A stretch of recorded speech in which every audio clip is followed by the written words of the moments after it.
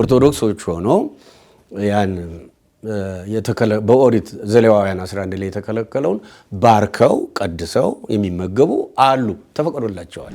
ኢየሱስ ክርስቶስን አማላጅ እያሉ ያስተምራሉ። ሎቱ ስብሐት ሲሉ የምሰማቸው የቤተ ክርስቲያን መምህራን ገጥመውኛ ቃሉ። እንዲህ አይነት ነገር መነሳቱ ግን ሰዎችን ለወንጌል ያነሳሳል። እግዚአብሔር እጅግ መልካም ስለሆነ የሚፈጥረው ሁሉ እጅግ መልካም ነው። እግዚአብሔር ቅዱስ ስለሆነ የሚፈጥረው ሁሉ ቅዱስ ነው። በተለይ ደግሞ ጳጳሳት ኑሮን ያሸነፉ ናቸው። መኪና ከነሹፌሩ ቤትም በስፋት ኑሮና ብልሃቱ እንዳያያቸው ተደርጎ እባብ የሚመገቡ አሉ፣ ዘንዶ የሚመገቡ አሉ፣ አዞ የሚመገቡ አሉ። ኢትዮጵያ ውስጥ አሁን እኛ ማንበላው ማንጠጣው ቢኖር ስለማንወደው ስለጠላ ነው እንጂ ስለረከሰ አይደለም። የገንዘብ የበጀት ናቸው። የእርስ በርስ ጸብ መንፈስ ቅዱስ በሚመራው ጉባኤ የነኩት የረከሰ ነው፣ የነካቸውም የረከሰ ነው ይል ነበር። አሁን በክርስቶስ ደም ያ አልፏል። እኔ ፈረስ አህያ እባብ አይጥ አላልኩም። በአጠቃላይ እግዚአብሔር የፈጠረው ፍጥረት ዛሬ በወንጌል በአዲስ ኪዳን ነው የምልህ በተፈጥሮ የሚያረክስ ነገር የለም እኮ ነው የምልህ። የአህያም ስጋ መጣ የፈረስ የበሬም መጣ የሐረር ሰንጋ። እኔ አሁን በስማም ብዬ መብላቱ የአህያውም የፈረሱም በስሙ እኩል ባርኬ መብላቴ እኩል ያደርገዋል? ክልክል አይደለም? የአህያው ክልክል አይደለም? የፈረሱ ግን ለምን ስንባል ኃጢአት ሆኖ ኃጢአት ነው ያረክሳል ማለት የለብንም። ቤተክርስቲያኑ እንደሱ አትልም።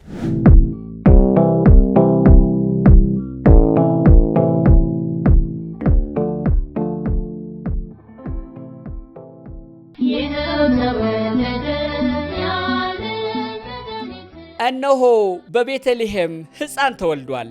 ማርያምን እንኳን ማርያምነትሽ ማረሽ እንበል።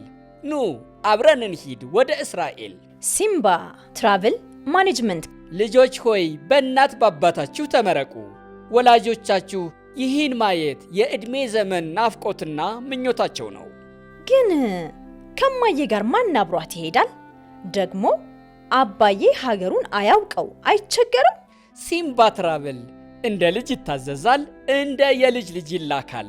ከሆቴል ወደ ቤተልሔም፣ ከቤተልሔምም ወደ ኢየሩሳሌም ምርኩዝ እያቀበለ ጋቢ እያስተካከለ ምን ላድርግ እማማ፣ ምን ጎደል አባባ ለማለቱ ሲምባ በጉዞው ላይ በባለቤቱ የተጠሩ ጣፋጭ አንደበትን የታደሉ መምህራንና ዘማሪያን አሉ። ታኅሳስ 26 2017 ዓመተ ምህረት ወደ እስራኤል እንሄዳለን። ጥር 6 ከእስራኤል ወደ አስራት ሀገሯ ኢትዮጵያ እንመለሳለን። አድራሻ 0116 62 29 22 ወይም 0988 38 38 38 በአማራጭ 0953 44 40 00 ላይ ይደውሉልን። ቦሌ ሸገር ህንፃ ወረድ ብሎ ሴንቸሪ ታወር 11ኛ ፎቅ ላይ እንገኛለን። ምጥ አቅላይ ባለቤቱ ምጥ አልባ እናቱ በቤተልሔም። ይህን ማየት ለታደለ ሲምባ ትራቭል ማኔጅመንት ካምፓኒ አለ። ከዘወትር አጋሩ ከስታር አሊያንስ አባሉ ከኢትዮጵያ አየር መንገድ ጋር አብሮ ለሚወዱት ለሚወዷት ለወዳጅ ዘመዶ ልክ እንደርሶ ሆነን ስጦታውን እናደርስልዎ። ጥያቄም ግብዣም ነው። ለእናት የወር አስቤዛ፣ ለጓዳ ዶሮና ሽንኩርቱን እንቁላልና ድፎውን፣ ለጋሽዬ ደግሞ ከተመረጠው ውስጥ መርጠን ሞክቱን፣ ለተከሻቸው ጋቢ ለክብራቸው። እርስዎ እስኪመጡ መውደዶ ቀድሞ እንዲደርስ ከፈለጉ አበባው ሽቶውና ቸኮሌቱ በእጃችን ነው። ለሚወዱት ሰው ለፍቅረኛው በመስሪያ ቦታቸው ደግሞም በቤታቸው እናደርሳለን። ስማችን ተግባራችንን ይገልጻል። ለስጦታው አድራሻ ለስጦታ.com ይዘዙን። ውጭ አገር ላላችሁ አገር ቤት ያሉ ያህል እንዲሰማዎት አድርገን በትክክለኛው ሰዓትና ቀን እናደርሳለን። አገር ቤት ስጦታ መላክ እንዲህ ቀሎ አያውቅም ስንል በምክንያት ነው። አገር ቤት ላላችሁ ደግሞ መዲናችን አዲስ አበባ ላይ ለከተማችሁ ደንበኞቻችን ለምርጫም ለክፍያም ምቹ ሁኔታን ፈጥረናል። ስጦታውን ከለስጦታ.com ድረገጽ ላይ መርጠው የተቀባይ አድራሻ ከሰጡን በኋላ ክፍያዎትን በተለያዩ አማራጮች የሚከፍሉበትን ሁኔታ አመቻችተናል። ለስጦታ.com የእጅ ስልክዎን ያንሱ፣ ካሉበት ሆነው ይዘዙን። የልቦውን መሻት እነሆ በእኛ በኩል ያድርሱ። ባይሆን ከምርቃቱ ያጋሩ። አድራሻ ቦሌ ኤድና ሞል ሳሮ ማሪያ ሆቴል ፊት ለፊት H&W ህንፃ። ስልክ 0976 24 44 44 ለስጦታ.com። እንዴት ናችሁ? ይሄ እግረኛው ሚዲያ ነው። ተክለ ሃይማኖት አዳነ ነኝ። ለመንገር አይደለም ለመድገም ያህል ነው። ሼር፣ ሰብስክራይብ ማድረግ ማስደረጉን አትርሱ። እንደ ውለታም ይቆጥረዋል እሱን። በነገራችን ላይ እግረኛው ፖድካስት የተሰኘ የእግረኛው ሚዲያ እህት ከፍተናል። እሱንም በእግረኛው ሚዲያ አምሳል እዩልን። ሼር ሰብስክራይቡንም አትንፈጉን። የኢትዮጵያ ኦርቶዶክስ ተዋሕዶ ቤተክርስቲያን በክህነትም በእውቀትም አሉኝ ላለቻቸው ሊቃውንቶቿ አሉኝ ለምትላቸው አባቶቿ የምትሰጣቸው 4 ማዕረጎች አሉ። ክቡር፣ ብፁዕ፣ ቅዱስ እና ፍጹም።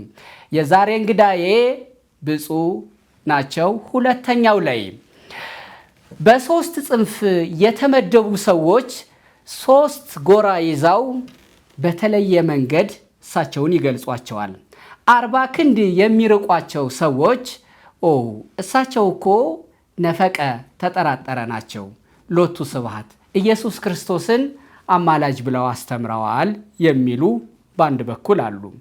ደግሞ ከ40 ክንድ መለስ የሚቀርቧቸው ሰዎች እሳቸው ትሁት፣ ተሃራሚ፣ ተጸጻች እንደ ጴጥሮስ፣ አንደበት እንደ ጳውሎስ፣ ፍቅረ ንዋይ የሌላቸው ፈቃደ ስጋቸውንም አንቃው የገደሉ 40ና 80ንም ያወጡ ይሏቸዋል።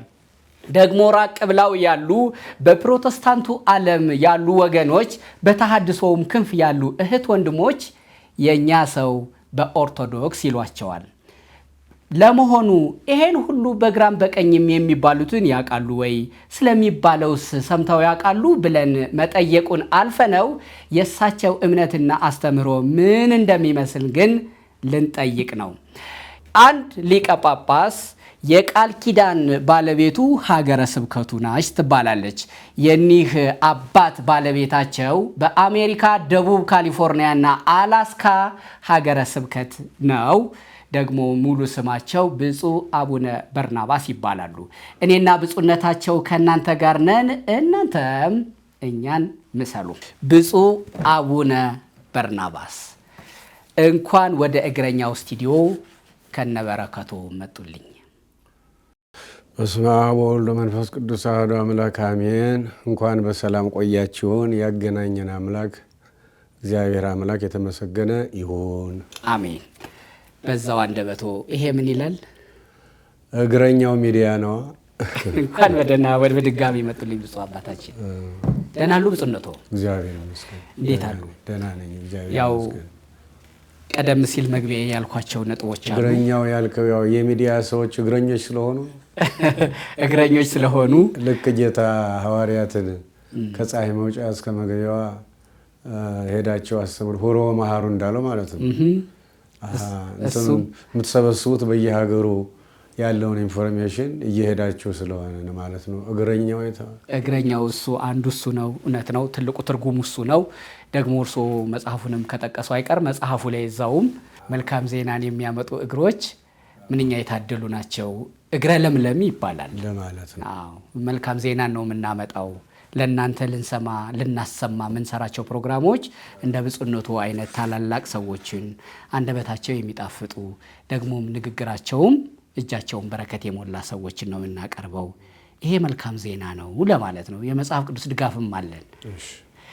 ቀደም ሲል መግቢያዬ ላይ የጠቃቀስኳቸው ጉዳዮች ላይ የተወሰነ ቢሉኝ ደስ ይለኛል። ከዛ በፊት ግን እኔ እንደው ኑሮና ብልሃቱ እንዴት ይዞታል ተብሎ ይጠየቃል ወይ ለአባት? ለአንድስ መነኩሴ እንዲህ አይነት ጥያቄ ይቀርባል ወይ? በእርግጥ እናንተም በዓለም ነው የምትኖሩት። እኔም ያስቸገረኝ ኑሮ ውድነት፣ እኔም ከፍለው ቤት ኪራይ፣ እኔም ከፍለው የትራንስፖርት አይነት ችግር እንደው ኑሮና ብልሃቱ የኑሮ ውጣ ውረዱ ሳለ ወይ በእንደርሶ አይነት ያሉ አባቶች እንደው ይሄን ግን ማወቅ ፈልጌ ነው። አንተም እኔም ሁላችንም ያለነው በዚህ ዓለም ነው። ጌታ እሱን አምነን ልንከተል እሱን አምነን የዘላለም ሕይወትን ልናገኝ ከወሰን ከመረጥ ነው ቁርጡን ነግሮናል። እሱ አላመሻመሸም። የነገረን ሊከተለኝ የሚወድ ቢኖር ራሱን ይካድ፣ መስቀሉንም ተሸክሞ ይከተለኝ። ራስን መካድ ማለት ያው እኔነትን መካድ ማለት ክብር። ለምሳሌ ፊልጵስዩስ 2 ላይ እንደሚናገረው እሱ ራሱ ባለቤቱ መድኃኔዓለም ኢየሱስ ክርስቶስ እግዚአብሔርነትን እንደመቀማት ሳይቆጥር ለዓላማው እኛን ለማዳን ማለት ነው የሰውን አርአያና መልክ ይዞ ሰው ሆኖ ራሱን አዋረደ፣ ራሱን ባዶ አደረገ እና ራሱ ያላደረገውን አድርጉ፣ ራሱ ያልሆነውን ሁኑ አላለም የኛ ጌታ። ስለዚህ እሱ ከጽንስ ጀምሮ በዚህ ምድር ላይ እስከ ትንሣኤ እስከ ዕርገት ድረስ ኑሮው የመከራ ኑሮ ነው።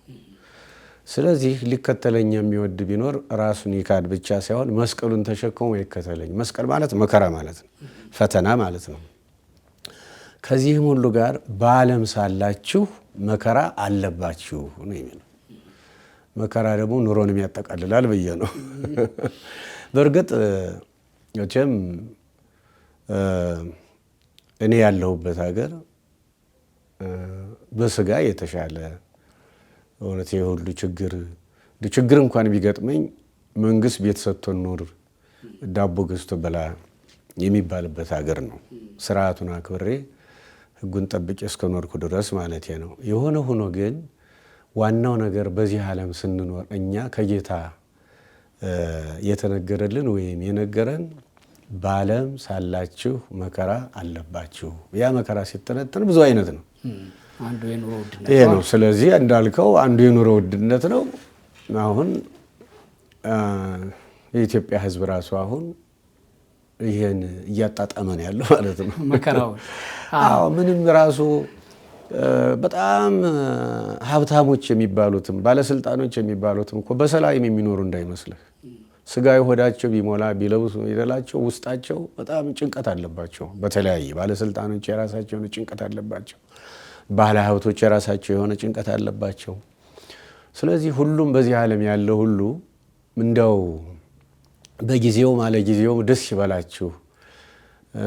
ቅዱስ ጳውሎስም እኔ ክርስቶስን እንደምመስል እናንተም እኔን ምሰሉ፣ በደስታም በመከራም ውስጥ እንደው ደስ ይበላችሁ ባለው የእግዚአብሔር ቃል በክርስቶስ ስናምን መንፈስ ቅዱስ በውስጣችን ሲሆን መከራውን እንደ ደስታ መከራውን እንደ መልካም ነገር አድርገን ስለምንቀበለው እንደገና ደግሞ ቃሉ እንደሚለን ሮሜ 8 ላይ ነገር ሁሉ ለበጎ ነው ነው እግዚአብሔርን ለሚወዱት እንዳሳቡ ለተጠሩት ነገር ሁሉ ለበጎ ነው እና ያ ነገር እንግዲህ ስደት ሊሆን ይችላል፣ ተሽሞ መሻር ሊሆን ይችላል፣ አግኝቶ ማጣት ሊሆን ይችላል፣ እስራት ሊሆን ይችላል፣ ደዌ በሽታ ሊሆን ይችላል።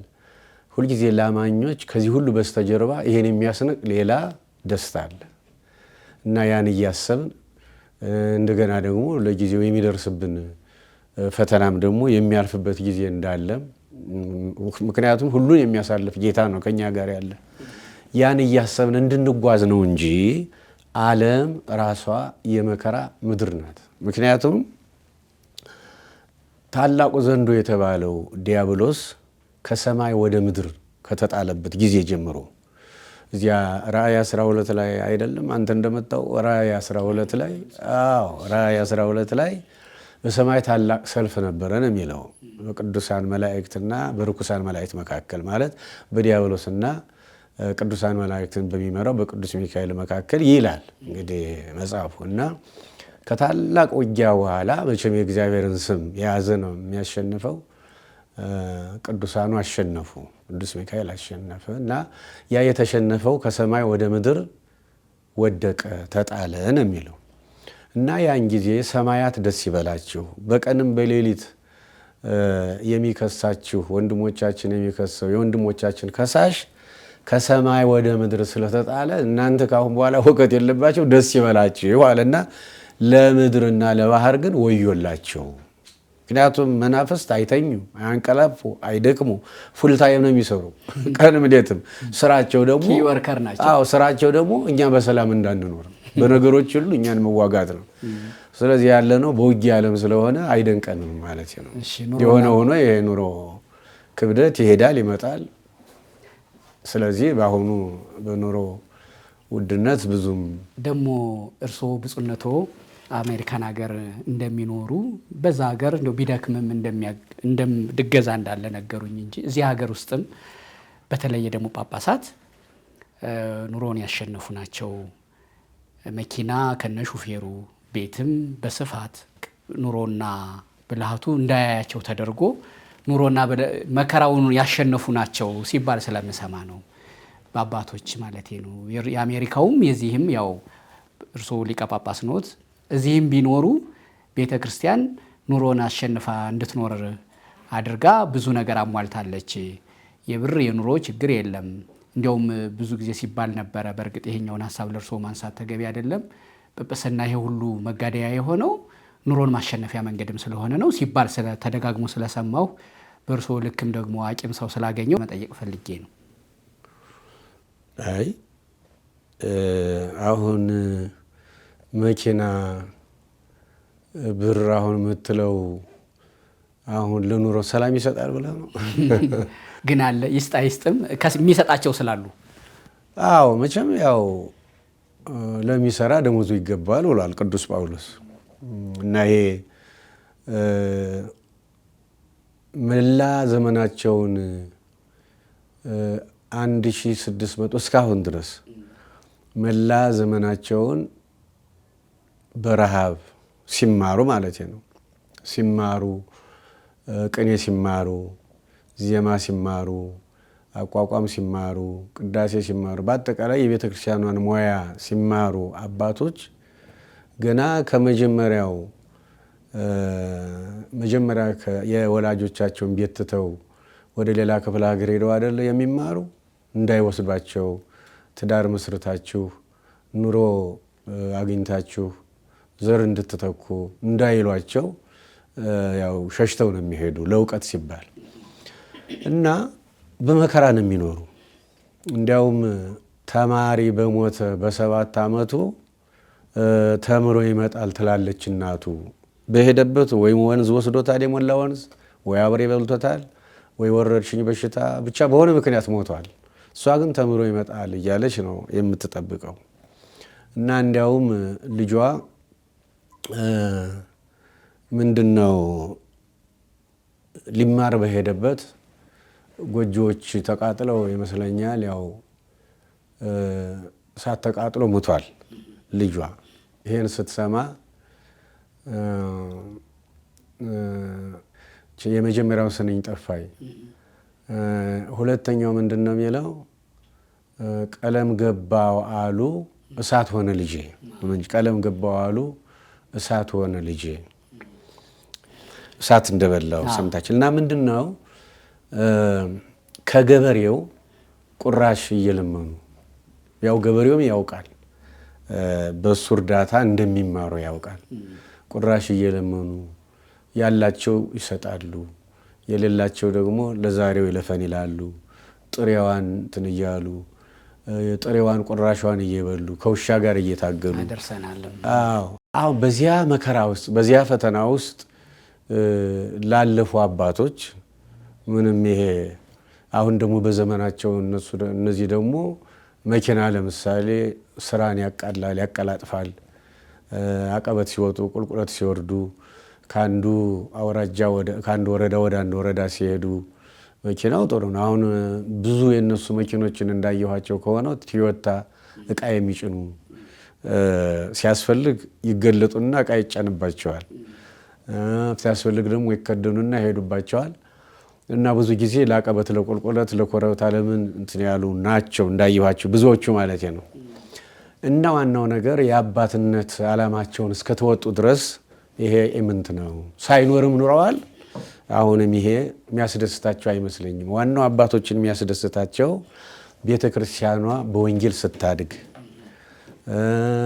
ቤተ ክርስቲያኗ የተሰጣትን ተልእኮ ስታከናውን ያ ነው የመንፈስ ደስታ የሚሰጠው ብዬ ነው የማምነው። እና እንዳልከው ጥሩ ከድሮው አሁን የተሻለ ነው፣ እግዚአብሔር ይመስገን። በዛው በነገራችን ላይ እኔ ባለሁበት ሀገር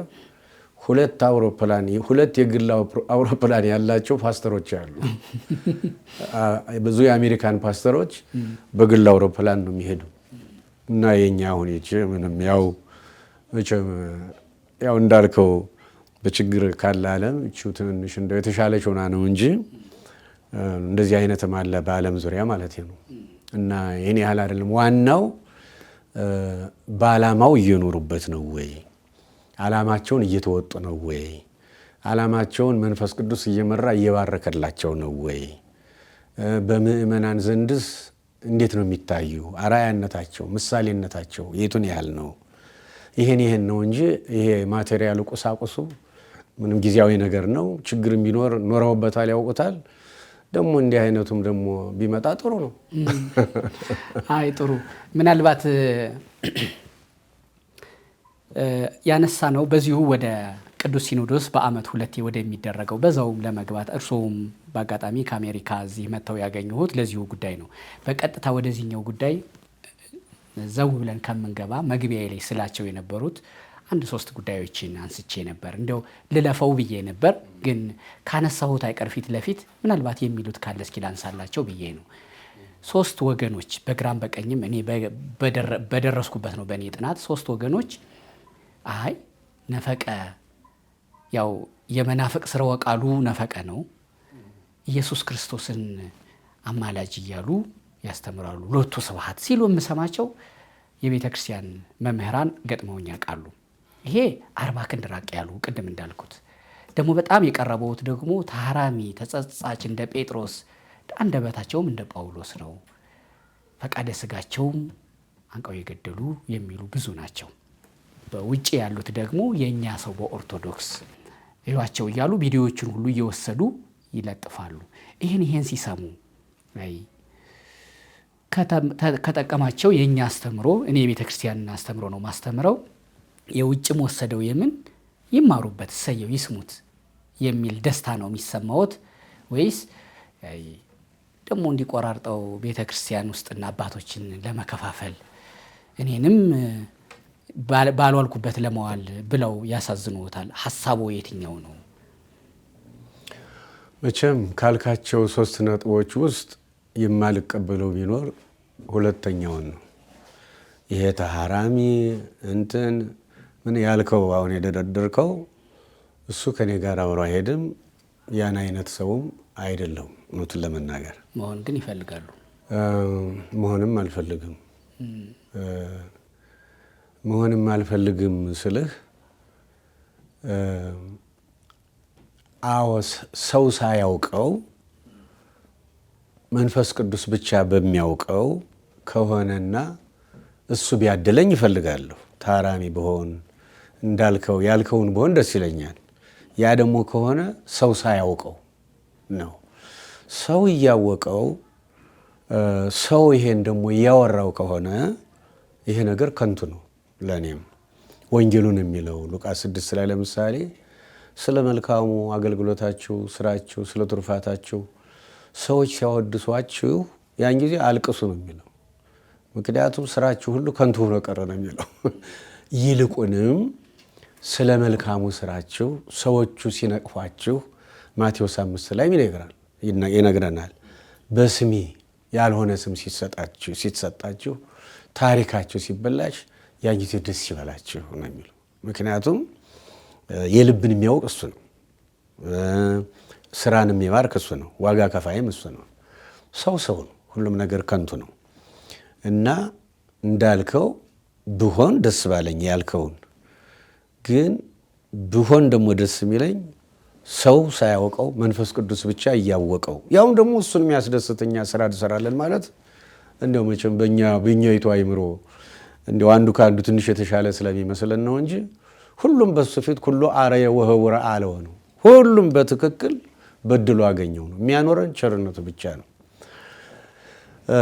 ይህን በዚህ መልክ እንየውና ያ የመጀመሪያው ጌታን እንዲህ ይሉታል ይላሉ የሚለው እሱን ስሰማ በጣም ነው ደስ የሚለኝ። በጣም ነው ደስ የሚለኝ። ምክንያቱም እነዚያ ሰዎች ያለ ማለት የአቅማቸውን እያነበቡ ነው ማለት ነው። ቃሉን እየተከታተሉ ነው ማለት ነው። ቦታ ሰጥተውታል ማለት ነው ለዚያ ነገር እና አንድ ሰው በተለይ ሳይረዳው ስላልገባው እየሰማው የኖረው ሌላ፣ አሁን ደግሞ እኔ የምለው ሌላ ከሆነበት እስከሚደርስበት ነው የሚደናገር እንጂ ሲደርስበት እንዴ ለካ የሰውዬ እውነቱን ነው ይላል። ደግሞ ለተንኮል ከሆነ ደግሞ ለእኔ ጥሩ ነው እሱን ደግሞ ይቅር ይበለው ነው የምለው። ያኛው ከሶስተኛው በፊት መናፍቅ መባል እኮ ብፁዕ አባታችን ነፈቀ፣ ያው ቃሉን የጠቀስኩት እንደው ቃል በቃል መናፍቅ የሚለው ከብዶኝ ነው እንደው አንቀጹን ያመጣሁት። እሱን መባል እኮ አያናድድም በሰውኛ? አይ በስጋ ካየነው ያናድዳል። የሞተልንን አምላክ በመከተል ቅዱስ ጳውሎስ እኔ ክርስቶስን እንደምመስል እናንተም እኔን ምሰሉ ባለው መንገድ ከሄድ ግን ያስደስታል። ምክንያቱም መድኃኒታችን ኢየሱስ ክርስቶስ ምንም በሰማይና በምድር ምሉ የሆነ መለኮት ከአብ ከመንፈስ ቅዱስ ጋር በመለኮት አንድ የሆነ አምላክ፣ አብንም ፈጣሪ ብንለው በሱ ቃልነት ነው። መንፈስ ቅዱስን ፈጣሪ የምንለው በሱ ቃልነት ለራሱ ለአብና ለመንፈስ ቅዱስ ቃል የሆነ የሚታየውም የማይታየውም ፍጥረት ሁሉ በሱ ቃልነት የተገኘ ቢሆንም ወዶ ፈቅዶ በአባቱ በመንፈስ ቅዱስ ፈቃድ በራሱ ፈቃድ እኛን ሆኖ በምድር ላይ ተዋርዷል። ሰው የሆነበት ዓላማ አሁን የምትለውን ሁሉ ሆኖ አድርጎ ለማሳየትና ለማድረግ ነው እስከ ሞት ድረስ። ስለዚህ እሱ ምን ያልተባለው ነገር አለ? ዋናው ክስ እኮ በሃይማኖት ነው። በሃይማኖት ማለት እኮ የመናፍቅ ነው። ሲከሱት መስቀል ላይ ሲያውሉት እኮ አንዱ በሃይማኖት ነው። ሰንበትን ሻረ፣ የእግዚአብሔር ልጅ ነኝ አለ፣ ራሱን ከእግዚአብሔር ጋር አስተካከለ። ያ ለእነሱ መናፍቅነት ነው የነበረው። በፖለቲካም ተከሷል። ያን ጊዜ እንግዲህ ሮማውያን አልነበሩ የእስራኤል ቀኝ ገዢዎች። በፖለቲካም ጠልፈው ለመጣል ሞክረዋል። ያልሆነው የለም። እንዲያው ሎቱ ስብሐት እንደው የሰራውን ተአምራት አጋንንትን ሲያወጣ ህሙማንን ሲፈውስ ተአምራትን ሲያደርግ ይህን ሁሉ ድንቅ ስራ ሲሰራ እንኳን ምንድን ነው ያሉት? በአጋንንት አለቃ በቢኤልዜቡል አይደለ እንደሱ ነው ያሉት። እና እሱ ያልተባለው ምን አለ? ቅዱስ ጳውሎስ ያልተባለው ምን አለ? አሁን ቅዱስ ጳውሎስ የብሉይ ኪዳን ዋና ጠበቃ ነው የነበረ። ኋላ መንፈስ ቅዱስ አገኘው፣ ቀየረው። እንደገና ጌታ ምርጥ ዕቃ ያለው። እነዚያ ግን መናፍቅ ነበር ያሉት።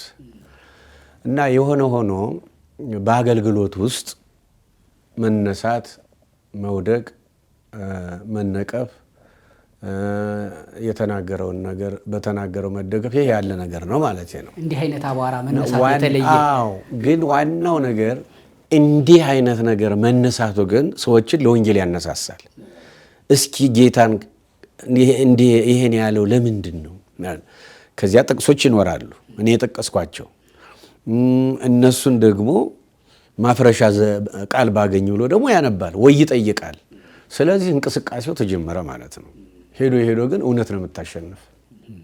ስለዚህ እንዲህ መባሉ፣ አቧራ መነሳቱ፣ እንዲህ መታማቱ በጣም ደስ ነው የሚለው። በጣም በተለይ በነገረ ድህነት እንዴ ወንጌል ማለት እኮ ዋናው አምላክ ሰው ሆነ ማለት ወረደ።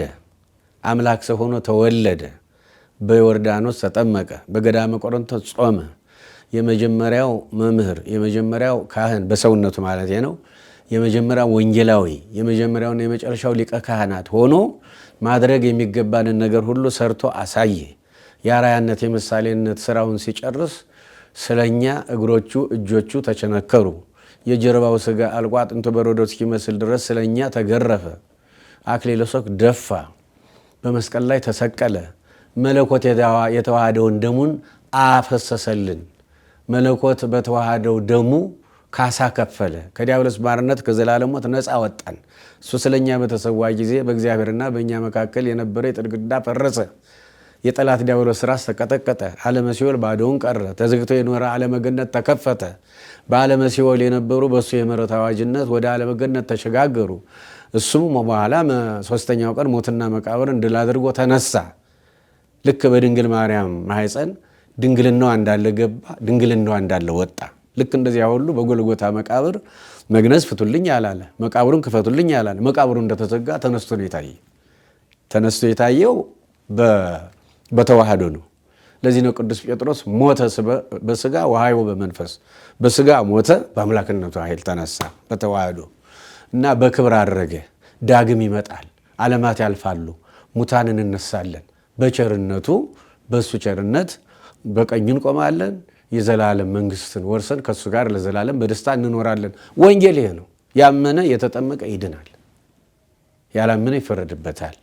ያመነ የተጠመቀ ይድናል። አምኖ ተጠምቆ ሁለተኛ ተወልዶ እንደ ቃሉ መኖር፣ ቢወድቅ እየተነሳ በነሳ ከእሱ ጋር ቸርነቱን ጣዕሙን ፍቅሩን ቀምጾ መኖር። ወንጌል ይሄ ነው። ሌላው ሁሉ እኮ ትርፍ ነው። ወንጌል ማለት ይሄ ነው። ስለዚህ በዚህ ውስጥ እንቅስቃሴ ሲኖር፣ በዚህ ውስጥ ፍትጊያ ሲኖር፣ በዚህ ውስጥ ግጭት ሲኖር ደስ ይላል። አሁን ድንጋይና ድንጋይ ሲጋጭ ነው አይደል ብልጭታ የሚፈጠረው። እና ካልተጋጨን እንዲህ አንዱን ብቻ በተንኮል ሲሆን ነው መጥፎው፣ መንፈስ ቅዱስ ማይወደው። ግን አሁን ለምሳሌ ቅዱስ ጳውሎስ ሳይገባው መንፈስ ቅዱስን ሳያገኝ ቤተክርስቲያን ሲያሳድድ ነው የኖረው። ያ ለአምልኮ ቀንቶ ነው እንጂ ለተንኮል አልነበረም። ለተንኮል እንዳልሆነ ስለሚያውቅ መንፈስ ቅዱስ ተጠቀመበት እና ለተንኮል የሚነሱትን ነው ትንሽ በእውነት ለነሱ ነው ከባዱ። ለነሱም ቢሆን ጸልዩላቸው ነው የሚለው አይደል? የሚረግሟችሁን መርቁ፣ ጠላቶቻችሁን ውደዱ፣ ለሚያሳዷችሁ ጸልዩላቸው አይደለም ያለ? አዎ ጸሎት ያስፈልጋል። በተንኮል ከሆነ ማለት ነው። በቅንነት ከሆነ ግን ሲደርሱበት እዚያው ስለምንገናኝ ጥሩ ነው። ወደ ሶስተኛው የእኛ ሰው በኦርቶዶክስ የሚሉት ከቤተ ክርስቲያን ውጭ የሆኑ እንዲያውም በፕሮቴስታንቱ ዓለምም ያሉ ደግሞ በተሐድሶም ክንፍ ያሉ የእኛ ሰው በኦርቶዶክስ ብለው ስለ ኢየሱስ ክርስቶስ ስለ ነገረ ድህነትም ስለምንም ሲያስተምሩ ቆርጠው ይወስዳሉ። እችን ሲወስዱ እና ሲያዩ ደግሞም ቅንብርም አድርገው ውስጥ ካሉ አባቶችም ጋር እያነጻጸሩ እኒህኛው እንዲህ እኒህኛው እንዲያ ይላሉ ሲሉ ሲያዩ ምን ይሰማዎታል? ለሚወዱት ለሚወዷት ለወዳጅ ዘመድዎ ልክ እንደርሶ ሆነን ስጦታውን እናደርስልዎ። ጥያቄም ግብዣም ነው። ለእናት የወር አስቤዛ፣ ለጓዳ ዶሮና ሽንኩርቱን እንቁላልና ድፎውን፣ ለጋሽዬ ደግሞ ከተመረጠው ውስጥ መርጠን ሙክቱን፣ ለተከሻቸው ጋቢ ለክብራቸው።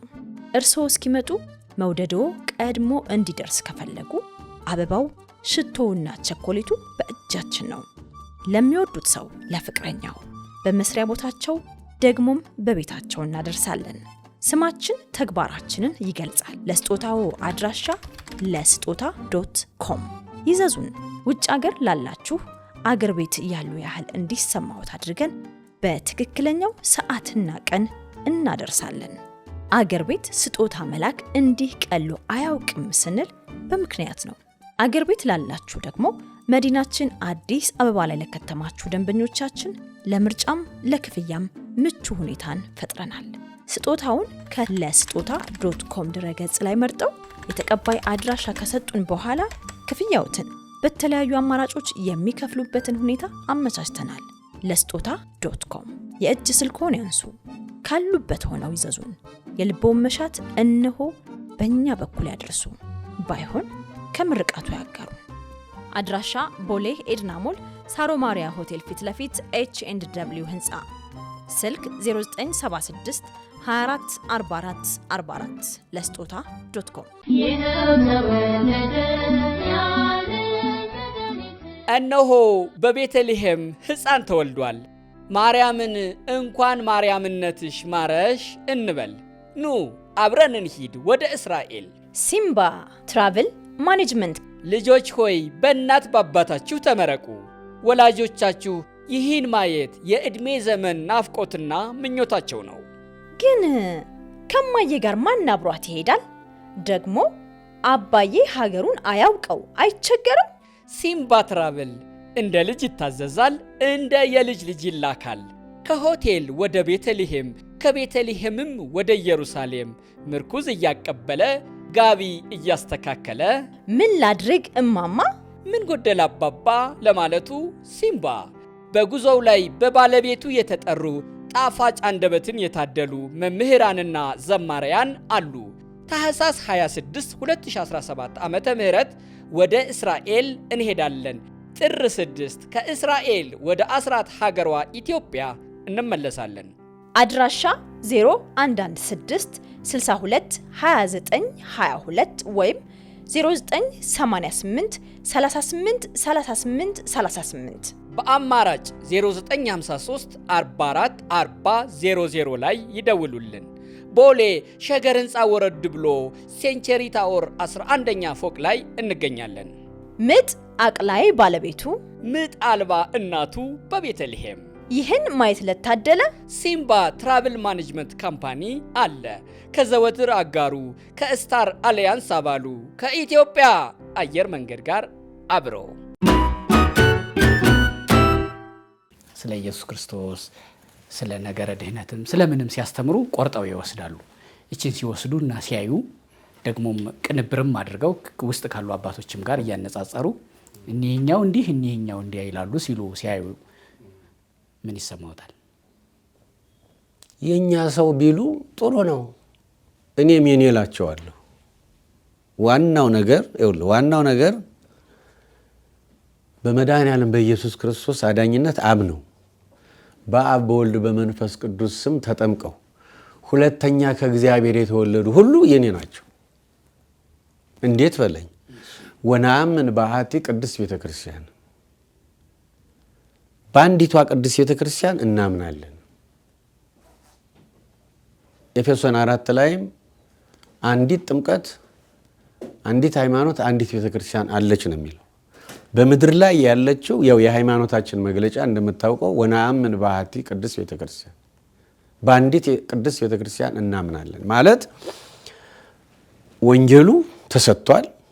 የወንጌሉን ቃል ሰምተው በክርስቶስ አምነው በአብ በወልድ በመንፈስ ቅዱስ ስም ተጠምቀው ሁለተኛ ከእግዚአብሔር የተወለዱ ሁሉ የክርስቶስ አካሎች ናቸው። አይደለም? የክርስቶስ አካሎች ናቸው። የዓለም ቤተክርስቲያን ራስ እሱ ነው። የዓለም ቤተክርስቲያን ራስ እሱ ነው።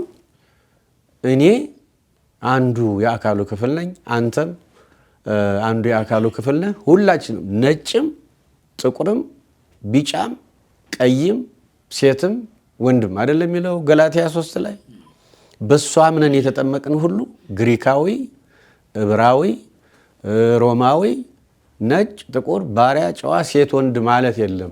አንድ ሰው ናቸው። አንድ ሰው ያሰኘን ራስ ኢየሱስ ክርስቶስ እሱ ብቻ ስለሆነ እኛ አካሎቹ ስለሆነ ነው። እና አሁን ከጊዜያት በኋላ ያለያዩን ምድራውያን ነገሮች ይኖራሉ። በሃይማኖትም ለምሳሌ አሁን እንደ አርዮስ ያለን ብንወስድ አሁን እነሱ ብንወስድ አሁን ፍጡር ነው ያለው አይደል? ያ ደግሞ ፍጡር ነው ካልነው ደግሞ መዳናችን ሁሉ ገደል ይገባል። ፍጡር ፍጡራንን ሊያድን ስለማይችል አዩ ፈጣሪ የፍጡርን አካል ህይወት የራሱ አድርጎ ነው ሁለተኛ አዳም ሆኖ ያዳነን። ስለዚህ ከዚያ ውጪ እኔ አሁን በአብ በወልድ በመንፈስ ቅዱስ ስም ተጠምቆ ሁለተኛ ከእግዚአብሔር ተወልዶ እንደ ወንጌሉ ቃል የሚኖረውን ሁሉ ሳይ ለእኔ የኔ ነው። እኔ እንኳን እሱ አይደለም የኔና የኛም እኮ የመጣ ብፁዕነቱ በተለየ ሌላ ግቢ ስላሉ እኮ ነው። የኛ ሰው በኦርቶዶክስ ሲሉ እኮ የኛ ሚሉት የራሳቸው ዓለም አለ። እርሱ በዘረዘሩልን አምኖ ተጠምቆ ሁለተኛ ልጅነትን ይዞማ ከሆነ በበረቱ ያለ በግ ነው። እሱን የኔ ቢሉ እነሱም የኛ ቢሉ አባታችን ልጆች ቢባባሉ ችግር የለም። ግን ከአጥር ውጭ ናቸው። ከአጥር ውጭ ያሉ ሰዎች ናቸው የኛ ሰው በኦርቶዶክስ እያሉ ያሉት እንዴት እነሱ የኛ ሲሉ እዚህ ውስጥም በፊት መጀመሪያ ላይ በተራ እንደሱ ባልከው መንገድ ከሆነ ደግሞ እኔ ያለሁኝ በእነሱ አጥር አይደለም ያለሁኝ ተወልጄ ያደግኩ በዚህ ቤተክርስቲያን አጥር ውስጥ ነው። የኛን አስተምሮ ግን በዛ ተክሏል ነው የነሱ እኮ የኛ ሰው በኦርቶዶክስ ሲሉ እና ንግግሮን ሲወስዱ ደግሞ ቤት ውስጥ ያሉ ደግሞ ይሄው ሎቱ ስብሐት አማላጅ ነው ይላሉ ሲሉ ውስጥ ያሉት የሌላን ነው የሚያስተምር ሲሉት ውጭ ያሉት ደግሞ የኛ ሰው በኦርቶዶክስ ሲሉት እርሶ የቱ ጋር ነዎት? እንዲህ አይነቱን ሲሰሙ ማለት ነው። እኔ እኮ በቤተክርስቲያን ስኖር ቤተክርስቲያን የምትለው ነው የምለው። ምናልባት አንዳንድ ነገሮች በእነሱ ብቻ ሲነገሩ ቆይተው አሁን እኛ ደግሞ እስካሁን ድረስ ወይ እንደ ቀላል አይተን ወይም ደግሞ በሆነ ምክንያት ሳንናገራቸው ቆይተን አሁን ስናናገራቸው እንደ አዲስ የሚሆኑ ቃላት ሊኖሩ ይችላሉ። ያን ወስደው እነዚያ እኛ የምንናገረውን ተናገሩ ቢሉ እኔ አይገርመኝም። ምክንያቱም ለነዚያም እኮ ያቆየች እች ቤተክርስቲያን ናት፣ ሁሉ ነገር ቋጥራ ያቆየች። አሁን ለምሳሌ የሃይማኖት መግለጫችን ውሰድ፣ ጸሎተ ሃይማኖት። የሃይማኖት መግለጫችን እንግዲህ ዓለም አቀፍ የክርስትናው ዶግማ ነው። አሁን ከዚህ ውጭ ከሆነ እንግዲህ ያው ቅድም እንዳልኩ ወይ ፍጡር የሚለው ወይም ደግሞ ኦንሊ ጂሰስ የሚለው ወይም ደግሞ ሌላው ሊሆን ይችላል እና የሆነው ሆኖ እኔ የቤተ ክርስቲያኔ ያልሆነ በቤተ ክርስቲያኔ ያልተጻፈ በቤተ ክርስቲያኔ ያልተነገረን ነገር አልናገርም። ግን ያን የምናገረውን ነገር የማስተምረውን ወስደው ይሄማ የኛ ነው ካሉ እንደኔ እያስተማሩ ነው ማለት ነው እነሱ። ስለዚህ እንደኔ እያስተማሩ ከሆነ የኔ ናቸው ነው። ጥሩ አገላለጽ ነው። ብፁዕነቶ ለቅዱስ ሲኖዶስ ስብሰባ ነው የመጡት። በዓመት 2 ይደረጋል። የግንቦቱ ርክበ ካህናት፣ ይሄኛው ምን ነበር የሚባለው? አጠቃላይ ሰበካ ጉባኤ። ለዛ መተው ነው ያገኘሁት። ቅዱስ ሲኖዶስ ሲባል በዓመት 2 የሚደረግ በኢትዮጵያ ኦርቶዶክስ ተዋሕዶ ቤተክርስቲያን የሚደረግ ጉባኤ ነው። አንዳንድ ሰዎችን ምዕመናን የሆኑ ሰዎችን ሲኖዶስ ስለሚባል ነገር ጠይቂያቸው ነበረ። አብዛኞቹ እነሱ በሚኖሩበት ዓለም ቋንቋ ነው የነገሩኝ። ለምሳሌ አንዱ ያለኝን ልንገረውት። እኔ የሚመስለኝ እንደ ፖሊት ቢሮ፣ እንደ ጠቅላላ ጉባኤ እና ደግሞ እንደ ዳይሬክተሮች ቦርድ ተሰባስበው ቤተክርስቲያንን የተመለከተ ነገር የሚሰበስቡ ተነጋግረው የሚወስኑበት ይመስለኛል አለው። በዓለሙ ቋንቋ ነው እንዲህ የተረዳው። ምዕመኑ አብዛኛው ቅዱስ ሲኖዶስ የሚለውን በዓመት 2 የሚደረገውን የቤተ ክርስቲያን ራስ የሆኑ አባቶች ተሰብስበው መሪዎች ተሰብስበው የሚወስኑትን ቤተ ክርስቲያን ይሄ ይቀደስ ይሄ ይጨመር የሚሉትን ሲኖዶስ ጉባኤውን ብዙ ምዕመናን አያውቁትም፣ እኔን ጨምሮ። አንድ እንደኔ አይነት ሰው ቅዱስ ሲኖዶስ ምን ማለት ነው ብሎ ቢጠይቅ ብፁዕነቶ ምን እንዲህ ነው ብለው የሚነግሩትን ማወቅ ፈልጌ ነው። ምን ማለት ነው ግን ቅዱስ ሲኖዶስ? እንግዲህ ሲኖዶስ ያው ቃሉ የግሪክ ሆኖ ጉባኤ ማለት ነው። ሲኖዶስ ማለት ጉባኤ በፓትርያርክ መንፈስ ቅዱስ የሚመራው ፓትርያርክ ያለው የሊቃነ ጳጳሳት የጳጳሳት ጉባኤ ማለት ነው። ከሐዋርያት ጀምሮ ዋናው ኃላፊው መንፈስ ቅዱስ ሆኖ በፓትርያርክ ሊቀመንበርነት የጳጳሳት ጉባኤ ማለት ነው። ፓትርያርክ የሚመራው የጳጳሳት ጉባኤ ማለት ነው እና መንፈስ ቅዱስ ያለበት አብሮ የሚሳተፍበት ኃላፊነቱ የመንፈስ ቅዱስ የሆነ ፓትርያርክ ያለበት። ያው ፓትርያርክ ማለት እንግዲህ የጉባኤው ሊቀመንበር እንደማለት ያለ ነው። አዎ። ምን ጉዳዮችን ነው የሚያየው? የሚይዛቸው አጀንዳዎችስ? የዚህ ዓመቱን ይዤዋለሁ። እንደው ለምሳሌ መንፈስ ቅዱስ ከመራው በእርግጥ ነው መጠራጠሪያ አይደለም፣ ግን የሚያያቸው ጉዳዮች አብዛኞቹ አስተዳደራዊ፣ የገንዘብ፣ የበጀት ናቸው። የእርስ በርስ ጸብ መንፈስ ቅዱስ በሚመራው ጉባኤ እንዲህ አይነት ነገሮች ይታያሉ ወይ? እንደው በየትኛውም አሁን እኔ በማስታውሰው በቅዱስ ሲኖዶስ የጳውሎስ መልእክት ወይ የማቴዎስ ወንጌል ከዚህ አንጻር እንዲህ የተተረጎመው እንዲህ ነው የሚል አይቶም ሲወስንም አይችም አላቅም። እንግዲህ መቼም የቅዱስ ሲኖዶስ ዋናው ኃላፊነቱ አንደኛው ዶግማን ማስጠበቅ ነው። ዶግማ እንዳይበላሽ። ለምሳሌ ቅድም ያልኩህ አርዮስ ክርስቶስን ፍጡር ነው አለ። አሁን ፍጡር ነው ካለ ፈጣሪም ካልሆነ ፍጡር ነው ካለ አሁን መዳናችን ገደል ገባ ማለት ነው። ይሄን ለመጠበቅ አሁን በጉባኤ ተሰብስቦ ተከራክሮ የሚመለስ ከሆነ እንዲመለስ ማድረግ፣ የማይመለስ ከሆነ ሌሎችን ጤነኛዎችን እንትን ማለት ክርስቲያኖችን እንዳይበክል እያለቀሰ ሲኖዶስ ያሰናብታል። ሰውየውን ከዛሬ ጀምሮ አባላችን አይደለም ይላል። ሌላው ሁለተኛው ቅዱሳት መጻሕፍት ከሌሎች መጻሕፍት ጋር እንዳይደባለቁ እንዳይበረቱ መጠበቅ ነው። ቅዱሳት መጻሕፍትን መጠበቅ ነው። ምክንያቱም የዶግማው መሰረቶች እነሱ ስለሆኑ ቃሉ ነው ዋናው።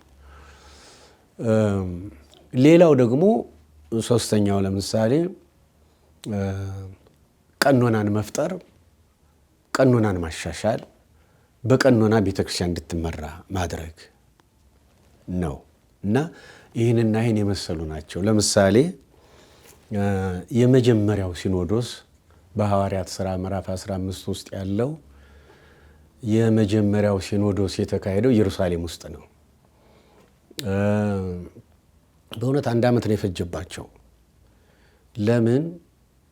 በአሕዛብ ከአሕዛብ በተመለሱ ክርስቲያኖችና ከብሉይ ኪዳን ከኦሪት በተመለሱ ክርስቲያኖች በእስራኤል ማለት ነው በአይሁድ ክርስቲያኖች መካከል ግጭት ተነሳ እና ይሄ ከአይሁድ የተመለሱ ክርስቲያኖች ኦሪቱንና ሐዲሱን አንድ ላይ አድርገው መያዝ ነው የፈለጉ። ለምሳሌ እንበል አሁን ጌታ ሰው በሆነና ወንጌል ለዚህ ዓለም በተሰጠ ጊዜ ኦሪት ከ4 ተከፈላለች። አንደኛው ባለበት የጸና ነው እንደ 10ቱ ትእዛዛት ያለ ማለት ነው፣ ምሳሌ ነው። ሁለተኛው ፍጹም የሆነ ነው። ፍጹም የሆነ ማለት ለምሳሌ በኦሪቱ የሚጠላህን ጥላው፣ የሚረግምህን እርገመው፣ ማነው የሚረግምህን እርገመው፣ ለሚያሳድህ ጸልይበት ነው። ጸልይለት አይደለም፣ ጸልይበት ነው። አሁን ለዚህ ነው አሁን የዳዊት መዝሙርን አይተው ከሆነ ብዙ እርግማን ነው ያለው። እንዲህ አርጋቸው ግፎሙ እግዚኦ ለለ ይገፉኡኒ ጽዋኦሙ እግዚኦ ለለ ይጸብኡኒ ንሳ ወልታ ወኩይናት ቆራርጣቸው ነው ያን ጊዜ የነበረው። አሁን ያ አለፈ። ጌታ ሲመጣ ግን ያን ቀየረው። ምንድን ነው ያለው? በኦሪቱ የሚጠላህን ጥላው፣ የሚረግምህን እርገመው፣ ለሚያሳድድ ጸልይበት እንደተባለ ሰምታችኋል። እኔ ግን እላችኋለሁ የሚረግሟቸውን መርቁ፣ ጠላቶቻቸውን ውደዱ፣ ለሚያሳዷችሁ ጸልዩላቸው ነው አይደለም? ይሄ ፍጹምነት ነው። ምሳሌ ነው ነገር። ይሄ ፍጹምነት ነው። እንዲያውም ጊዜው ማቴዎስ 5 መጨረሻ ላይ የሰማዩ አባታችሁ ፍጹም እንደሆነ እናንተም ፍጹማን ሁኑ ነው የሚለው። ለምን? ያ የሰማዩ አባት ለሁሉም ነው ዝናምን የሚያዘንመው፣ ፀሐይን የሚያወጣው፣ የሚመግበው አለየም በምድር ላይ እናንተ። ስለዚህ የሰማዩ አባታችሁ ፍጹም እንደሆነ እናንተም ፍጹማን ሁኑ ማለት ሁለተኛው ፍጹም የሆነ ማለት ነው። ሶስተኛው የተሻሻለ ነው። ምሳሌ ብጠቅስልህ ያቺ በዝሙት የተያዘችው ሴት፣ አንዲት ሴት ያለ ባል በሕገ ወጥ ከሌላ ወንድ ጋር ከተገኘች በድንጋይ ተቀጥቅጣ በእሳት ተቃጥላ ትሞታለች። ልክ አፍጋኒስታኖች አሁን ባለፈው በድንጋይ ቀጥቅጠው ሲገሏት አይቻለሁ አንዷን ሴት። በሶማሌ ውስጥም እንደዚህ ያደርጋሉ። ከኦሪት ወስደው ነው። ከኦሪት ወስደው ነው። ስለዚህ ያችን ሴት እጅ ከፍንጅ ይዘዋት መጡ ከሳሾቿ። ጌታ ምን እንደሚል የሙሴን ሕግ የሚሽር ከሆነ ሻረ ብለው እሱን እንግዲህ ስሙን ለማጥፋት ነው። ደግሞ ተዋት ቢል ደግሞ አሁንም ደግሞ ግደሏት ቢል ደግሞ ጨካኝ ርኅሩህ ነኝ እያለ ይሄ ጨካኝ ነው ሊሉ ነው። የሆነ ሆኖ እጅ ከፍንጅ ይዘዋት መጡ። እንደ ሕጉ ከሆነ ወዲያውኑ በአደባባይ በድንጋይ ተቀጥቅጣ በሳት ተቃጥላ መሞት ነበረባት። ነገር ግን አላደረገው። ምንድን ነው ያለው? ከእናንተ ውስጥ ኃጢአት የለብኝም የሚል ቢኖር እሷን ይግደል አለ። እሷን ይግደል አለ። ስለዚህ አሁን ያን ማለት ብቻ አይደለም፣ የኔን ድብቅ ኃጢአት በአንተ ግንባር ላይ ልክ እንደ ስክሪን ያንተን ድብቅ ኃጢአት በእኔ ግንባር ላይ እንደ ማሳየት ኃጢአታቸውን እንዲያዩ አደላቸው። ያን ጊዜ ሁሉም ትተዋት ሄዱ። እሱ ያላት ልጄ ሆይ ሁለተኛ እንዲህ አይነት ኃጢአት አትስሪ፣ አሁን ኃጢአትሽ ተሰርዮልሻል፣ ሂጂ፣ ተሻሻለ ማለት ነው። ይሄ አጠፍተው ሲገኙ እጃቸው ይቆረጥ የነበረው፣ ዓይናቸው ይጠፋ የነበረው፣ ጥርሳቸው ይወልቅ የነበረው፣ ይገደሉ የነበሩት አሁን በንስሐ ልጆቼ እስከ ኃጢአታቸው እንዳይሞቱብኝ በንስሐ ብሎ አሻሻለው። አራተኛው ግን የቀረልን ለምሳሌ እንደ መስዋዕተ ኦሪት አንጠቀምም። አሁን የባሪያ ሽያጭ በጣም የቀረ ነው፣ ጥላ ሆኖ ያለፈ ነው። ለምሳሌ ካህን መሆን የሚገባው ሰው ከነገደ ሌዊ ዘር ተቆጥሮ ነው። ንጉሥ መሆን የሚገባው ሰው ከነገደ ይሁዳ ዘር ተቆጥሮ ነው። አሁን ግን መድኃኔዓለም ኢየሱስ ክርስቶስ ሰው ሲሆን የነገደ ሌዊን ዘርም ወስዷል፣ የነገደ ይሁዳን ዘር ወስዷል። ስለዚህ በክርስቶስ ያመኑ ሁሉ ሰሎሞናውያን ናቸው፣ የይሁዳ ዘሮች ናቸው። በክርስቶስ ያመኑ ሁሉ ሌዋውያን ናቸው ዛሬ። ስለዚህ አሁን በዘር ቆጠራ ቀረ ማለት ነው። ክህነት በዘር ንግስና በዘር ቀረ። ይሄ የመባሊቱ ለምሳሌ ሰኮናው ክፍት ያልሆነ የማያመሰኳ ምናምን ይሏል አይደል? ይሄ ዕብራ ማን ነው አምጣልኝ ዘሌዋውያን 11 ላይ ያለው አሁን እሱ እንዳለ እሱ ቀርቷል። ግዝረት ለምሳሌ በግዝረት ጥምቀት ተተክቶ ቀርቷል። ግን ከአይሁድ የተመለሱ ከይሁዲነት የተመለሱ ክርስቲያኖች ግን ግዝረትና ጥምቀትንም አንድ አድርገው ወንጌልና ኦሪትን የቀረውን ክፍል ማለት ነው ባለበት የጸናው አለ፣ ፍጹም የሆነው አለ፣ የተሻሻለው አለ። የቀረውን ክፍል መቅረት የለበትም በሚል አጣምረው ደግሞ ላይ የዘልቁት ነገር ነው። አሁን አጣምረን ይዘን መሄድ ያለብን ሲሉ እነዚያ ደግሞ ይሄን አያውቁትም። ይሄ ከእስራኤል ውጭ የሆኑ ክርስቲያኖች በክርስቶስ አምነው በአብ በወልድ በመንፈስ ቅዱስ ተጠምቀው ሁለተኛ ተወልደው ክርስቲያን ሆኑ የዘላለም ሕይወትን አገኙ። ግን አሁን የዚህኛውን የኦሪቱን አያውቁትም። አንደኛ የማያውቁትን ተሸከሙ ማለት ከባድ ነው። እነዚህም ደግሞ የቀረውን ሸክም እንደገና ለመሸከም መሞከር ይህም ከባድ ነው። ስለዚህ ይህን ችግር ለመፍታት ዓመት ሙሉ ነው የፈጀባቸው። ከ49 እስከ 50 ዓመተ ምህረት ነው የሚባለው። ሐዋርያት በኢየሩሳሌም ስብሰባ አካሄዱ። ከዚያ በኋላ የወሰኑት ውሳኔ ከስንት ውይይት በኋላ መንፈስ ቅዱስ እየመራቸው ከዚያ በኋላ ምን አሉ? ለአሕዛብ ክርስቲያኖች ውሳኔያቸውን ሲልኩላቸው ታንቆ የሞተ ደምን እንዳይበሉ፣ ከዝሙት እንዲሸሹ፣ ለጣዖት የተሰዋ እንዳይበሉ፣ ከዚህ ውጪ ምንም አይነት ሸክም እንደማይጫንባቸው እነሱና መንፈስ ቅዱስ እንደወሰኑ እኛና መንፈስ ቅዱስ ወስነናል ያሉ። እኛ ብቻ አይደለም ያሉ፣ እኛና መንፈስ ቅዱስ ወይም መንፈስ ቅዱስና እኛ ወስነናል። ብቻ ታንቆ የሞተ አትብሉ፣ ደም አትብሉ፣ ለጣዖት የተሰዋ አትብሉ፣ ከዝሙት ሽሹ። ከዚህ ውጪ ታንቆ የሞተ ምን አትበሉ አትብሉ። ታንቆ የሞተ ማለት ደሙ ሳይፈስ ዝም ብሎ ወይ ገደል ገብቶ ወይ በሆነ ምክንያት ደሙ ሳይፈስ ሲሞቶ የሞተውን ማለት ነው። የሞተውን እንስሳ ፍየል ይሁን በግ ወይም ከብት ያን ደሙ እዛ ውስጥ ስላለ ነው እሱ ደም አትብሉ ስለሚል አሁን ይሄንም ይላል ፍትሐ ነገሥቱ አንቀጽ 23 ይሄንም ሐዋርያት የከለከሉት ታንቆ የሞተውም ደምም ለጣዖት የተሰዋውም በተፈጥሮ ያረክሳል ተብሎ አይደለም፣ በተፈጥሮ የረከሰ ነው ተብሎ አይደለም፣ ለስጋ ጤንነት ጎጂ ስለሆነ ነው ብለው ገልጠውታል አባቶቻችን። ምክንያቱም እግዚአብሔር እንግዲህ መልካም ነው አይደለ? ዘፍጥረት 1 መጨረሻ ላይ ስንመለከት ፍጥረትን ፈጥሮ ከጨረሰ በኋላ እነሆ ሁሉም እጅግ መልካም ነበረ። ይኸው እነሆ ሁሉም እጅግ መልካም ነበረ ነው ያለው የፈጠረውን። ምክንያቱም እግዚአብሔር እጅግ መልካም ስለሆነ የሚፈጥረው ሁሉ እጅግ መልካም ነው። እግዚአብሔር ቅዱስ ስለሆነ የሚፈጥረው ሁሉ ቅዱስ ነው። እግዚአብሔር ፍጹም ንጹሕ ስለሆነ የሚፈጥረው ሁሉ ንጹሕ ነው። እግዚአብሔር ቡሩክ ስለሆነ የሚሰራው ሁሉ ቡሩክ ነው። አሁን በእኛ መርገም ምክንያት ነው ምድር ስትረገም ይሄ እንስሳ ረጉም ነው፣ ይሄ እንዲህ ነው፣ ሴቷ በእንትን ጊዜ የተረገመች ናት፣ ይሄ ረከስ ነው የሚለው የመጣው በዚያ በዓመተ ርኩሰት፣ በዓመተ ፍዳ፣ በዓመተ ኩነኔ ጊዜ ነው። የክርስቶስ ደም እስከሚፈስ ድረስ በጨለማው በኩነኔው ዘመን ነው። ግን አምላክ ሰው ሆኖ የእኛን መርገም እንዳልነበረ ሲያደርገው ወደ በረከት ሲቀይረው ርኩሰታችን ወደ ቅድስና ሞታችን ወደ ዘላለም ሕይወት ሲቀይረው በእኛ ምክንያት የተረገመች ምድር ያን ጊዜ ነፃ ወጣች። ለዚህ ነው ቅዱስ ያሬድ ምድርኒ ትገብር ፋሲካ ተሐጺባ በደመ ክርስቶስ፣ ምድር በደመ ክርስቶስ ታጥባለችና ደስታዋን ትግለጥ ነው ያለ። ስለዚህ አሁን በአዲስ ኪዳን በክርስቶስ ደም ፍጥረት ወደ ቀደመ ተፈጥሮ ተመልሷል።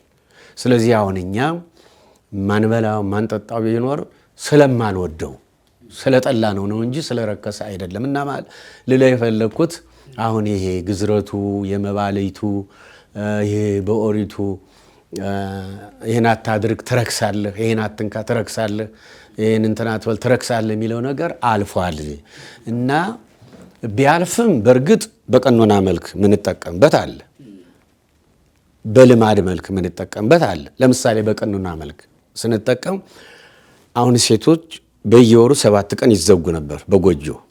የነኩት የረከሰ ነው፣ የነካቸውም የረከሰ ነው ይል ነበር። አሁን በክርስቶስ ደም ያ አልፏል። አሁን እነሱ የመንፈስ ቅዱስ ቤተ መቅደሶች ናቸው። የእሱ የራሱ የክርስቶስ እሱ ራሱ ሆኖ የአካሉ ክፍሎች ናቸው። አሁን መርገም የሚባል ነገር የለም በእነሱ። ግን ይሄ የተፈጥሮ ጸጋ ስለሆነ መቆጣጠሪያው ምኑም ስለሌለ ያን ጊዜ ዛሬም እንኳን የለም። ቤተ መቅደስ ውስጥ ቤተ ክርስቲያን ውስጥ እንዳሉ ቢመጣስ የተፈጥሮ ነገር ነው፣ ከአቅማቸው በላይ ነው። ለራሳቸው ሞራል ለቦታውም ጥሩ ስላልሆነ አባቶቻችን በቀኖና ቤተ ክርስቲያን ቅድም እንዳልኩ ቅዱስ ሲኖዶስ አንዱ ስራው ቀኖናን መቀነን ስለሆነ በቀኖና ቤተ ክርስቲያን እስከ 7 ቀን እስኪቆም ድረስ ይቆዩ አሉ። ስለረከሱ አይደለም፣ በንጽህና ምክንያት ነው። እንኳን ሌላ በጣም የሚገርምህ ነገር አባቶቻችን የቱን ያህል መንፈስ ቅዱስ ምስጢሩን የገለጠላቸው እንደነበሩ የሚታወቀው በድሮ በኦሪቱ በመርገሟ ወራት ነው የሚል። አሁን ግን አባቶቻችን የወር አበባ ነው ያሉት፣ ስሙን ሰይመው ራሱ። ምክንያቱም መርገም ተወግዷል። የወር አበባ ነው ያሉት። አበባ ያሉበት ምክንያት ማንኛውም የሚያፈራ ተክል ከትንሿ ከጤፍ ጀምሮ እንደው ከትንሿ ከድቃቃዋ ከሰናፍጭ ቅንጣት ምትች ዘረዋለች አይደለ? ከዚያን ጀምሮ እስከ ትልቁ ፍሬ ድረስ የሚያፈሩ ፍጥረታት የሚያፈሩ እጽዋት በሙሉ የሚያፈሩ አዝርዕት መጀመሪያ ማበብ አለባቸው። ሳያብብ የማያፈራ ተክል የለም። ማህፀንም እንደዚሁ ነው።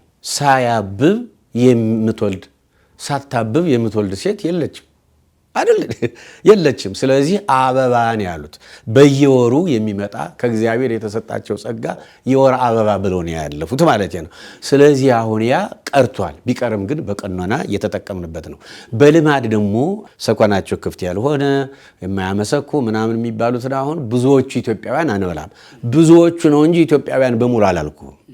ምክንያቱም ብዙ ኢትዮጵያውያን በኦሪቱ የተከለከሉትን የሚመገቡ አሉ። ኦርቶዶክሶች ሆነው እዚህ በደቡቡ ይሁን በምን ይሁን ኦርቶዶክሶች ሆነው ያን በኦሪት ዘሌዋውያን 11 ላይ የተከለከለውን ባርከው ቀድሰው የሚመገቡ አሉ። ተፈቅዶላቸዋል ለነሱ። ቢሆንም ደግሞ ከኦሪቱ ልማድ የተነሳ የማይበሉ አሉ።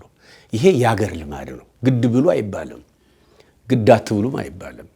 መብል ለሆድ ነው፣ ሆድም ለመብል ነው። ኢትዮጵያ ውስጥ አህያ የሚበላበት አካባቢ እንዳለም ሰምቻለሁ። እሱን ማለት ነው። አህያ የሚበላበት አካባቢ ክልል እንዳለ ሰምቻለሁ ኢትዮጵያ ውስጥ። እኔ እንግዲህ እሱን አላውቅም፣ ግን ሊሆን ይችላል። ከእሱ አልፎ እባብ የሚመገቡ አሉ፣ ዘንዶ የሚመገቡ አሉ፣ አዞ የሚመገቡ አሉ። ኢትዮጵያ ውስጥ አሉ። እዚህ እንዲሁ ብዙዎችን ባንጠራቸው ይሻላል።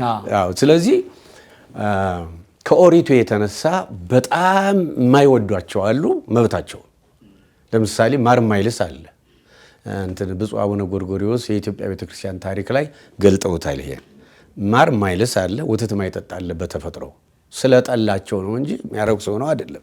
ስለዚህ በምንም አይነት ዛሬ በምድር ላይ የሚያረክስ እንስሳ የሚያረክሱ አዕዋፍ የሉ። ምክንያቱም የመድኃኔ ዓለም የኢየሱስ ክርስቶስ ስም የማይቀድሰው የረከሰ የማይባርከው የተረገመ ነገር ሊኖር አይችልም። የእሱ ስም የማይቀድሰው የረከሰ ነገር ሊኖር አይችልም።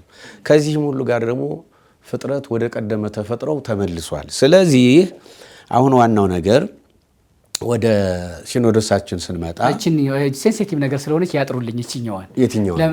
አሁን ለምሳሌ የማይቀድሰው የአህያም ስጋ መጣ የፈረስ የበሬም መጣ የሐረር ሰንጋ እኔ አሁን በስመ አብ ብዬ መብላቱ የአህያውም የፈረሱም በስሙ እኩል ባርኬ መብላቴ እኩል ያደርገዋል? ክልክል አይደለም? የአህያው ክልክል አይደለም? የፈረሱ እኔ ፈረስ አህያ እባብ አይጥ አላልኩም። በአጠቃላይ እግዚአብሔር የፈጠረው ፍጥረት ዛሬ በወንጌል በአዲስ ኪዳን ነው የምልህ በተፈጥሮ የሚያረክስ ነገር የለም እኮ ነው የምልህ። ምክንያቱም ያን የፈጠረው እግዚአብሔር ስለሆነ እኮ ነው። እግዚአብሔር እርኩስ ነገር ይፈጥራል? እስኪ ንገረኝ። እግዚአብሔር የተረገመ ነገር ይፈጥራል? ያ ነገር ይሄ የረከሰ ነው ይሄ የተረገመ ነው የተባለበት ዘመን እኛ በተረገምንበት ጊዜ ነው። በእኛ ምክንያት ምድር በተረገመችበት ጊዜ ነው። አሁን በክርስቶስ ደም ዓለም ታድሳለች፣ ወደ ቀደመ ተፈጥሮዋ ተመልሳለች። ያን ጊዜ የተጠሉ ረከሱ ተረገሙ የተባሉ ፍጥረታትም ወደ ቀደመ ተፈጥሯቸው ተመልሰዋል። እግዚአብሔር የፈጠረውን ሁሉ ተመለከተ፣ እነሆ ሁሉም እጅግ መልካም ነበረ። አዲስ ኪዳን የሚለው ይሄን ነው በሙሉ። ለምሳሌ ጢሞቴዎስ 4ን ሌሎችንም ማየት ትችላለህ። አዲስ ኪዳን የሚለው በሙሉ ይሄን ነው። ፍትሐ ነገሥቱም የሚለው ይሄን ነው ያልኩህ። የብፁዕ አቡነ ጎርጎርዮስ መጽሐፍ የቤተክርስቲያን ታሪክ የኢትዮጵያ ኦርቶዶክስ ቤተክርስቲያን ታሪክ በሚለው ላይ የምታየው ይሄን ነው። የቤተክርስቲያኑ አስተምሮ ይሄ ነው። ሆኖም ግን የማትወደውን ነገር የማይወደድን ነገር ግድ ብላ አትባልም። መብት ነው። አለመብላት መብት ነው። እንኳን እንስሳትን አዕዋፍን አይደለም ወተት አልጠጣም ማር አልስም ማለት አሁን በእኛ ዶሮ ስጋ የማይበሉ አሉ፣ የፍየል ስጋ የማይበሉ አሉ። ስለዚህ ረከሱ ብለው አይደለም ስለማይወዷቸው ነው። አሁን የማንበላውን ነገር ሁሉ ስለማንወደው ስለማንወዳቸው ነው እንጂ ከርኩሰት ጋር አያያዝም። በግ፣ ዶሮ እነዚህ በተለየ በኢትዮጵያ ኦርቶዶክስ ተዋሕዶ ቤተክርስቲያን ምዕመናን ዘንድ ሃይማኖታዊ ትርጉም እንዳላቸው ተደርጎ ነው የሚበሉትም የሚባረኩት ነው። በኦሪቱ ነው። አሁን ግን እነዚያ ሰዎች ላለመብላታቸው ምክንያታቸው ኦሪት ናት ማለት እንጂ አሁን እነዚህ ፍጥረታት ረክሰዋል ማለት አይደለም። እነዚያን የበላም የረከሰ ነው ይረክሳል ማለት አይደለም። ያማ ከሆነ ክርስቲያኖች አይደለንም ማለት ነው። ገና ለምሳሌ አይሁድ ያረክሰናል ብለው ያምናሉ። ሌሎች ሁሉ ያረክሰናል ብለው ያምናሉ። ገሌ ገሌ ምይም ባልዘረዝረው ለምን መለኮት የተዋሃደው ደም የተረገመውን ሰው እንደባረከ በገዛ እጁ የሞተውን ሰው ወደ ዘላለም ሕይወት እንደመለሰ በሰው ምክንያት የተረገመች ምድር ወደ ቀደመ ተፈጥሮዋ እንደተመለሰች ፍጥረታት ሁሉ ወደ ቀደመ ተፈጥሯቸው እንደተመለሱ እግዚአብሔር የፈጠረውን ሁሉ ተመለከተ፣ እነሆ ሁሉም እጅግ መልካም ነበረ የሚለውን ነገር ማገናዘብ አልቻሉም። ለምን? ይህን መለኮት የተዋሃደውን ደም እንግዲህ ዓለምን ቀድሷል። አሁን ይሄ ዘመን አዲስ ሆኗል፣ ታድሏል፣ የአዲስ ኪዳን ዘመን ነው ብለው ካላመኑ ይችላሉ። አሁን እንዳልከው ያረክሰናል ማለት ይችላሉ፣ ኃጢአት ነው ማለት ይችላሉ። በክርስትና ዓለም ወንጌልን በተቀበሉ ዘንድ ግን የለም የለም።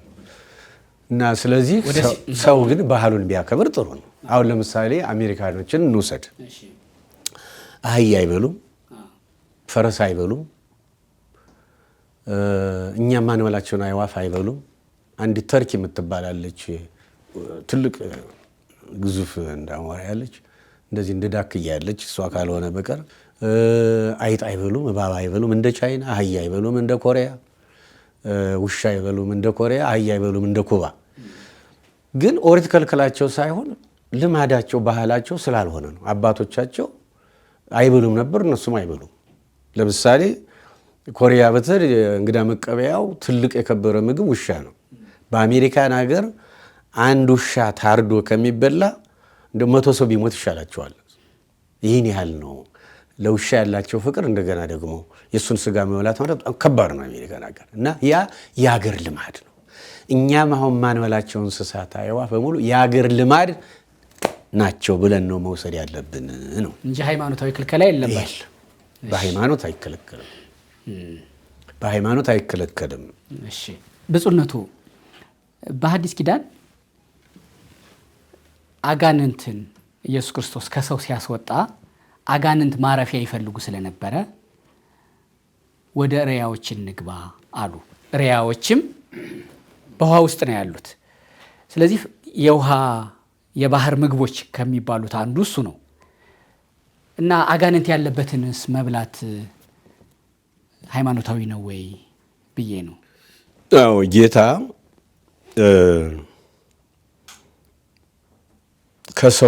በሰዎች ላይ የነበሩ አጋንንት ሲያስወጣቸው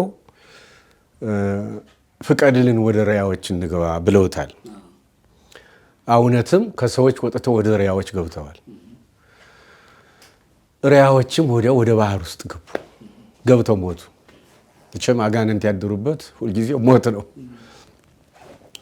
አሁን እዚህ ላይ ማወቅ ያለብን አንደኛ መርገማችን ወደ በረከት፣ ርኩሰታችን ወደ ቅድስና፣ ሞታችን ወደ ዘላለም ሕይወት የመለሰው ወደ ቀደመ ክብራችን የመለሰን የጠላት ዲያብሎስን ራስ የቀጠቀጠልን የክርስቶስ ደም መለኮት የተዋሃደው የክርስቶስ ደም ገና አልፈሰሰም። አንዱ ያኔ አልፈሰሰም፣ ገና ነው። አሁን የቀራንዮ መለኮት የተዋሃደው ደም ሲፈስ ነው ምድር ወደ ቀደመ ተፈጥሯ የተመለሰችው። ይሁን እንጂ አሁን ላልከኝም በሱ ከሆነ በጣም ከባድ ነገር ያመጣል። ለምን? እነዚህ አጋንንት ከሰዎች ወጥተው ወደ እሪያዎች ገቡ። ወደ እሪያዎች ገብተው ግን አልቀሩም። እሪያዎቹን ይዘው ውሃ ውስጥ ገቡ። አሁን በዚህ አይነት ውሃውም ረክሷል። ውሃ መጠጣት የለብንም ማለት ነው። ተግባብተናል። ውሃም መጠጣት ላይኖርብን ነው። ምክንያቱም ውሃው እንዲያውም ሁለት ርኩሳን ነው የያዘው ማለት ነው፣ አጋንንቱንም እሪያውንም። አሁን የእሱ ጉዳይ አይደለም። ከቀራንዮ ደም መፍሰስ በኋላ እንዲህና እንዲያ የሚባል ነገር የለም። ዓለም ወደ ቀደመ ተፈጥሮ ተመልሷል። ድሮም ምድር የተረገመችው እነዚህ የተጠሉት በእኛ ምክንያት ነው። ምድር በአንተ ምክንያት የተረገመችሁን ስለተባለ በእኛ ምክንያት ነው። አሁን የእኛ መርገም የእኛ ዕዳ ሲወገድ ምድርም ነፃ ወጥታለች፣ ፍጥረታትም ነፃ ወጥተዋል። እና ይህን ስልህ እንግዲህ አሁን ዋናው ነገር ሆድ ለመብል ነው፣ መብልም ለሆድ ነው። ሁሉም ኃላፊዎች ናቸው።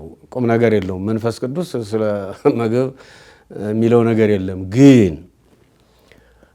ምንድን ያለ ሮሜ 14 ላይ የኔ ስጋን መብላት ወንድሜን የሚያሰናክለው ከሆነ እስከ ሞት አልበላም። ተግባብተናል። አሁን ለምሳሌ አሁን በተነጋገር ነው መልክ አሁን ዝም ብሎ አሁን አንዱ ልጅ ሄዶ እናቱን ለካ እስካሁን ድረስ አህያውንም አሳማውንም ውሻውንም ብበላው ምንም አልነበረም፣ ዛሬ እኮ እንትን አልኩኝ እና እንዲያውም ዛሬ መብላት አለብኝ ብሎ የሆነ ነገር እናቱ ፊት አባቱ ፊት እንዴ በጣም በልማድ ተሸክመውት ከብዷቸው ከኖሩት ሰዎች መካከል በእነሱ ቤት ይህን ቢያደርግ ሰው ማሰናከል እና ደግሞ ማሰናከል ጥሩ አይደለም። እኔ ግን አሁን እያሰናከልኩ አይደለም። ቤተ ክርስቲያኗ የምትለውን እውነቱን ነው። እኛ እንብላ ማለት አይደለም የማንበላው። የሚበሉት ይብሉ፣ የማንበላው አንብላ።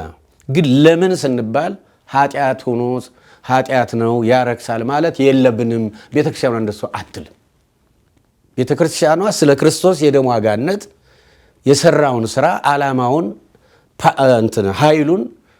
ኃይሉ የቱን ያህል እንደሆነ የምታወቅ ቤተ ክርስቲያን ናት። ስለዚህ ቤተ ክርስቲያኗ እንደምትል አንመን ነው አይደል? አንለም። ቃሉን ተከትላ ነው የምትሄደው። በእርግጥ አንዳንድ ሰዎች በልማድ ባለመገንዘብ ሲያስተምሩ ምን ሲሉም ሊሉ ይችላሉ። ያ የግለሰቦች ነው እንጂ የቤተ ክርስቲያኗ ዓላማ አይደለም ለማለት ነው።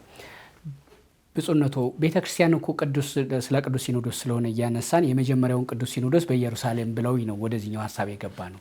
ቅዱስ ሲኖዶስም እኮ ኢትዮጵያ ውስጥ አንዳች ነገር ሲፈጠር እረ መላ ምቱ በሀገር ሽማግሌዎች ሲባል ቤተ ክርስቲያንም ለሰላም አብራ ትቀመጣለች። ምህላም ስታውጅ ያለው አብሮ ጾም ጸሎትም አለ። ቅድም ስለ ምግብ ስለምን መንፈስ ቅዱስ አይልም አሉኝ። ጾም ጸሎት ራሱ እኮ ቤተ ክርስቲያኒቷ በሲኖዶስ በኩል አስወስና ተናግራ ታውቃለች። ከጾም ከጸሎቱ ደግሞ አንዱ ስጋና የአትክልት ተዋጽኦና የስጋ ተዋጽኦ የሚል ነው አንዱ ያለው።